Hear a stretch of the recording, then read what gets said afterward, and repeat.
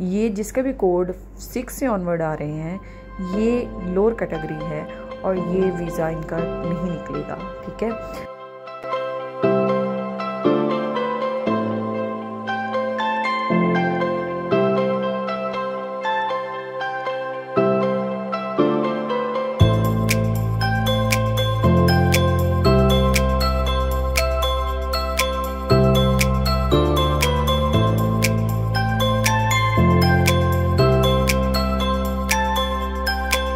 अस्सलाम वालेकुम जी, कैसे हैं आप सब। उम्मीद करती हूँ आप लोग बिल्कुल खैरियत से होंगे। हम लोग भी बिल्कुल ठीक ठाक हैं जी। अच्छा जी, आप लोग सोच रहे होंगे कि जी एक ही बस घर के सफाइयाँ करती रहती है, काम करती रहती है, क्या करें जी। अब हमारी दिन की रूटीन यही होती है, रोज़ उठना, रोज़ वही घर, वही कपड़े, वही सफाइयाँ और वही बच्चे और सब कुछ ऐसे ही जैसे मतलब हमेशा से चलता आ रहा है। सिर्फ क्या होता है, एक नया दिन होता है, एक नई डेट होती है, एक नया वीकेंड होता है और बस लाइफ गुजर रही होती है, लेकिन हमारी रूटीन सेम होती है। कभी कभार कुछ रूटीन में डिफरेंस आ जाता है, लाइक आपको कभी किसी दिन कुछ पकाना होता है, कभी कुछ पकाना होता है, लेकिन वाइस वही बात है कि वही खाने पीने की चीज़ें रिपीट हो रही होती हैं आपकी लाइफ में। लेकिन कुछ ख़त्म नहीं होता लेडीज़ के लिए, तो वो है काम। काम कभी ख़त्म नहीं होता, आप कुछ भी कर लो, हमेशा आपके काम नहीं कभी ख़त्म होते। बेशक आप सोचते हो ना आज कुछ नहीं है कार में करने के लिए, आज कुछ नहीं है जी, आज हम फ्री बैठेंगे, तो आपके माइंड में 100 तरह के काम आ जाते हैं। हाँ चलो ठीक है, आज कुछ नहीं है करने के लिए तो हम ये कर लेते हैं, आज फिर ये काम ख़त्म कर लेते हैं। मेरे साथ भी ऐसा ही होता है। मैं कभी बैठी होती हूँ काम ना, मेरा मूड होता है नहीं करना है कि आज तो कुछ भी नहीं है, आज तो खाना भी बना पड़ा है, कल का सालन पड़ा है या फिर कैसा कुछ है सिस्टम, तो फिर भी मेरे माइंड में कुछ आ जाता है, चलो अच्छा ठीक है ऐसे कर लेती हूँ, किचन साफ़ कर लेती हूँ या फ़लाँ चीज़ साफ़ कर लेती हूँ, या फिर कपड़े हैं थोड़े से वो धो लेती हूँ, या फिर कबर्ड सेट कर लेती हूँ, या फिर कुछ ना कुछ मतलब आपके माइंड में चलता ही रहता है कि आपने 70 काम और आपके दिमाग में चल रहते हैं, लेकिन आप फ्री नहीं बैठ सकते हो।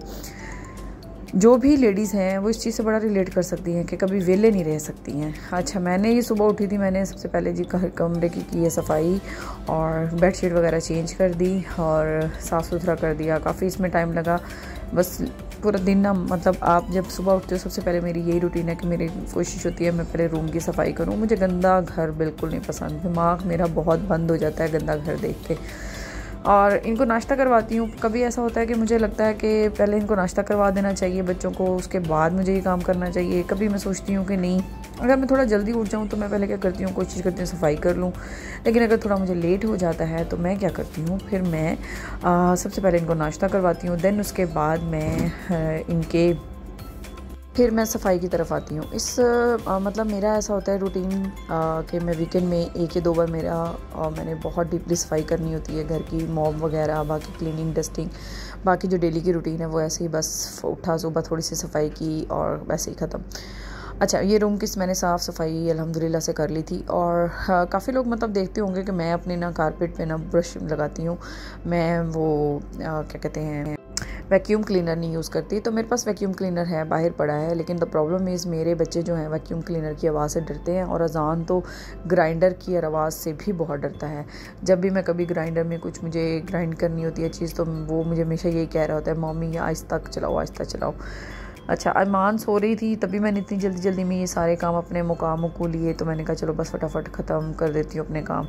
मोस्ट इंपॉर्टेंट थिंग जिसके लिए मैंने आज व्लॉग बनाया है, तो ये तो मेरी रूटीन थी जो मैं आपके साथ शेयर कर रही थी। व्लॉग बनाने का एक ये भी बड़ा इंपॉर्टेंट चीज़ थी कि आजकल जो हॉट टॉपिक चल रहा है कि यूएई वालों ने पाकिस्तान के लिए कुछ वीज़े बैन कर दिए हैं या लोगों को बैन कर दिया है, तो उसकी जो रियलिटी है वो मैं आपको आज बताती हूँ क्या रियलिटी है उसकी। तो बात ऐसी है कि ऐसा कुछ भी नहीं है कि यूएई ने बिल्कुल पाकिस्तानियों को बैन कर दिया है, बट उन्होंने कुछ कंडीशंस इम्पोज कर दी हैं। लाइक अगर आप प्रोफेशनल हैं, आप स्किल्ड पर्सन हैं, आप डिग्री होल्डर हैं, तो आपके लिए वीज़ा बैन नहीं है जी। लेबर तबका जो है या जो अनएजुकेटेड लोग हैं जिनके पास कोई डिग्री नहीं है, कोई स्किल नहीं है, उनके लिए कुछ प्रॉब्लम है। ये भी कोई परमानेंट नहीं है, ये कुछ अरसे के लिए है। शायद इन्होंने कुछ ऐसा अनाउंस नहीं किया है कि ये परमानेंट है, लेकिन ये भी कुछ हमारे पाकिस्तानियों की अपनी ही हरकतों की वजह से है कि यहाँ पे विज़िट पे आके भीख मांगना। और खैर उनके तो गवर्नमेंट बेहतर जानती है कि क्या इश्यूज़ हैं पाकिस्तान के इस वीज़ा बैन करने पे लोअर कैटेगरी के लिए। तो अच्छा, मैं आपको बताने वाली हूँ कि आप लोगों ने अपना वीज़ा कैसे चेक करना है। मोहरे जो कि लेबर की ऑफिशियल वेबसाइट है, आपने उसको ओपन करना है। आप अपने लैपटॉप पे या मोबाइल पे कहीं से भी ओपन कर सकते हैं। और यहाँ पे जहाँ पे इनका लोगो लगा हुआ है, यूनाइटेड अरब एमिरेट्स मिनिस्ट्री का लिखा हुआ है, यहाँ पे आपने क्लिक करना है और आपने इसके बॉटम वाली साइड पे, राइट साइड पे देखेंगे नीचे जॉब डिस्क्रिप्शन है। जॉब डिस्क्रिप्शन को आपने ओपन करना है और वहाँ पे आपने देखना है एक कीवर्ड वाला एक खाना आएगा, ठीक है। वहाँ पे आपने जॉब डिस्क्रिप्शन में जब कीवर्ड वाला खाना आएगा, आपने वहाँ पे अपने से रिलेटेड जो भी हैं जॉब्स आपने सर्च करनी है। लाइक अगर आप यहाँ पे आ रहे हैं किसी मेसन के लिए, तो आपने वहाँ पे मेसन अप्लाई करना है, लिखना है और आपने देखना है कि वहाँ पे आपका जो जॉब कोड है वो क्या आ रहा है। इसका मोहरे कोड जो है आप देखिए वहाँ पे 8 समथिंग 84 समथिंग ऐसे कुछ आ रहा है और मैं आपको जूम कर दूँगी ये। और तो ये जिसके भी कोड 6 से ऑनवर्ड आ रहे हैं, ये लोअर कैटेगरी है और ये वीज़ा इनका नहीं निकलेगा, ठीक है। और मैं आपको दिखाऊंगी जो 1 से लेके 5 तक हैं, उन कैटेगरीज़ के वीज़े इजीली निकल रहे हैं, जिनके पास जो स्किल्ड हैं, जो लोग जिनके पास डिग्री है और टेस्टेड है। यहाँ पे मैं अपने मिसाल के तौर पे मार्केटिंग मैनेजर या कुछ भी जो स्किल्ड पर्सन है उनका लिखती हूँ। तो आप देखिएगा यहाँ पे आ जाएगा इसकी डिटेल सारी। मार्केटिंग मैनेजर का कोड है 2113 समथिंग। ये देखिए यहाँ पे 2 से स्टार्ट। अगर आपका जो कोड आता है वो 1 से लेके 5 तक भी स्टार्ट होता है किसी भी डिजिट से, तो उसका प्रॉब्लम नहीं है, उनके वीज़े निकल सकते हैं आराम से। लेकिन उसके लिए भी ये ज़रूरी है कि आपका स्किल्ड पर्सन होना बहुत ज़रूरी है। और स्किल्ड पर्सन भी अगर आप हैं तो आपकी डिग्री जो है, लास्ट डिग्री जो भी है वो टेस्टेड होनी चाहिए UAE एम्बेसी से और पाकिस्तान एम्बेसी से, दोनों तरफ से। और बाकी ऑनवर्ड जितने भी 6 से ऑनवर्ड अगर आप सर्च करते हैं, ऑनवर्ड को डिजिट आता है तो उनका वीज़ा नहीं निकलेगा, वो इस टाइम पे बैन है। और ये टेम्प्रेरी है या परमानेंट है, फ़िलहाल तो टेम्प्रेरी सुनने में आया है। तो कब ये सब मामला ठीक हो जाएंगे ये किसी को कुछ नहीं पता। ये UAE की हुकूमत को खुद पता होगा कि वो कब ये सारी रिस्ट्रिक्शन हटा देगी। अच्छा जी, प्रॉब्लम ये है कि आप सोचते हैं लोग विज़िट वीज़ा पे आ सकते हैं, विज़िट वीज़ा का इशू नहीं है, बट द प्रॉब्लम इज़ कि वो एम्प्लॉयमेंट वीज़ा में चेंज नहीं होगा। अगर कुछ लोग सोच रहे हैं कि विज़िट पे जाके वहाँ पे वीज़ा चेंज हो जाएगा, तो चाहे वो स्किल्ड पर्सन है, अगर उनकी डिग्री टेस्टेड नहीं है और उनकी डिग्री का एम्बेसी से और पाकिस्तान एम्बेसी से टेस्टेड नहीं है, तो उनका भी वीज़ा चेंज नहीं होगा। काफ़ी लोगों को ये इशू फेस करना पड़ रहा है। और ख़ास तौर पे जो लेबर है तबका है, उनका तो बिल्कुल भी नहीं चेंज होगा। तो इस चीज़ को माइंड में रखिएगा और अपने लिए विज़िट या वीज़ा जो भी अप्लाई करना हो उसको सोच के अप्लाई कीजिएगा, ताकि आपको कुछ इसका फाइनेंशियल प्रॉब्लम भी हो। ऑफ कोर्स आप लोग जो बाहर आने के लिए तैयारी करते हैं, कुछ लोग बहुत से पैसे इधर उधर से जमा करके कोशिश करते हैं कि वहाँ जाके विज़िट पे जाएंगे और हम उसके बाद हमारा एम्प्लॉयमेंट वीज़ा लग जाएगा। तो लेकिन एम्प्लॉयमेंट वीज़ा आपको एम्प्लॉयमेंट के लिए लेटर तो मिल जाएगा, लेकिन आपका वीज़ा चेंज होने में बहुत इशू आएंगे। तो इस चीज़ का ख्याल रखिएगा, ठीक है।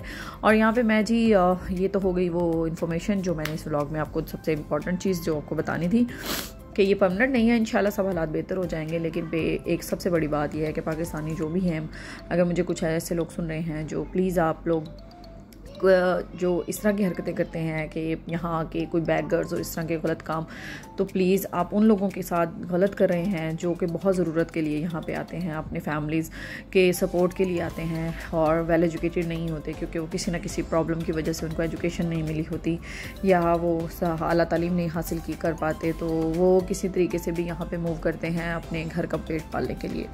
तो ये उनके साथ भी नाइंसाफ़ी होती है इनडायरेक्टली, कुछ लोगों की वजह से, कुछ लोगों की वजह से यहाँ पे बाकी लोगों को भी प्रॉब्लम फेस करनी पड़ती है। अच्छा जी, तो अभी बाकी आते हैं वापस अपनी रूटीन की तरफ। मैं यहाँ पे जी सबसे अपना नापसंदीदा काम आटा गूंदने वाला कर रही थी और मजबूरी में गूंदना भी पड़ जाता है, क्या करूँ। अभी आटा गूंदने वाली मशीन जो नहीं है। हाँ, एक बार मैंने फरमाइश कर दी थी अपने हस्बैंड से कि मुझे आटा गूंदने वाली मशीन लेने, तो उन्होंने मुझे कहा कि आटा गूंदने वाली मशीन को तुम बर्दाश्त कर लोगी। तो बस उन्होंने सरकास्टिक वे में जवाब दिया और मैं चुप हो गई। समझने वाले तो समझ गए होंगे कि मेरे हस्बैंड का क्या मतलब था। मतलब इनडायरेक्टली वो नहीं चाहते कि मैं मशीन लूँ और मैं आटा, उनको चाहते हैं कि मैं अपने हाथों से, अपने प्यारे खूबसूरत हाथों से ही गूंदती रहूँ और उनको रोटियाँ बना बना के खिलाती रहूँ। खैर, इट्स ओके। मैंने एक टिकटॉक के लिए वीडियो बनाई थी जिसमें चीनी वाले पराठे का जिक्र था, तो जान ने मुझसे पूछा कि चीनी वाला पराठा क्या चीज़ है, तो मैंने उसको फिर बना के दिया चीनी वाला पराठा।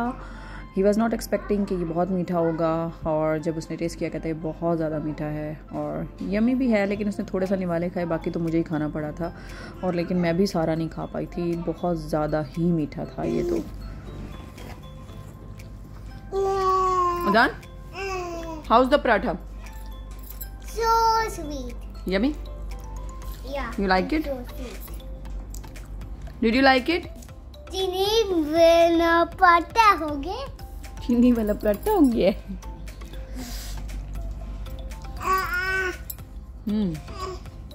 Very tasty.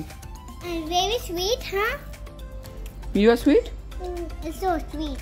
आधा किलो गोश्त है और मैं बनाने लगी हूँ झटपट सी कढ़ाई, मतलब मसाला मटन भी कह सकते हैं। आधा किलो मटन लिया मैंने। इसमें मैंने एक बड़े साइज़ का प्याज है ये, और एक बड़े साइज़ का टमाटर है, लहसुन है। मैं साबुत डाल रही हूँ क्योंकि मैं इसको प्रेशर कुकर में बनाऊंगी और ये जल्दी बन जाता है।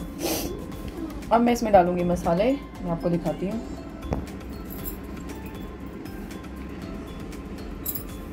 आधी चम्मच डालनी है सुर्ख मिर्च, 1 चम्मच डालना है धनिया और आधी चम्मच हल्दी।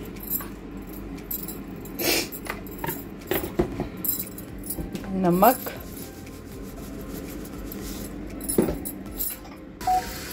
इसमें डालना है आपने पानी। बस इतना पानी डालना है कि ये सारा गल जाए, ज़्यादा पानी नहीं डालना। अब इसको लगा देना अपने प्रेशर, और फिर उसके बाद तकरीबन 15 से 20 मिनट इसको प्रेशर लगाने के बाद इसको खोलना है और चेक कर लेना है कि गल गया है नहीं। अच्छा, मैंने इसको रख दिया प्रेशर को, और इसमें मैंने इसलिए इसमें सुर्ख मिर्च कम डाली है क्योंकि मैंने इसमें ब्लैक पेपर डालना है और ग्रीन चिली भी काट के डालनी है। ठीक है, अब हम वेट करेंगे 15 मिनट। ईमान खा रही है प्लम, ये खाने पहले वो तो खा लो। And where are you? I'm hiding. You are hiding? Yeah, Where? I cannot. I can't see you. You found me. I found you. Yes. It means I'm the winner. I'm the good dog. I did a good job. And you? Now my turn. I will hide myself.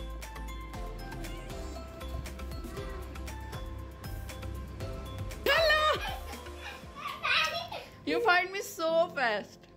Yeah. Now it's my turn. ये है जी कढ़ाई की final look, और काफ़ी मज़े की बनी थी। इस तरह बहुत जल्दी बन जाती है, यानी कि आपको ज़्यादा जतन नहीं करना पड़ता। और आज का व्लॉग करती हूँ यहाँ पे एंड, और जो इन्फॉर्मेशन मुझे देनी थी मैं आप तक पहुँचा दी, और होप सो लोगों के काम आएगी जिनको जो प्लान कर रहे हैं यहाँ पे आने का, या जो ऑलरेडी यहाँ पे हैं स्टक्ड हैं। तो इंशाल्लाह जल्दी आपसे एक नए व्लॉग के साथ मिलूंगी। तब तक मेरे चैनल को सब्सक्राइब कर दीजिए, बेल आइकन को दबा दीजिए। तब तक अपना ख्याल रखिएगा। अल्लाह हाफ़िज़।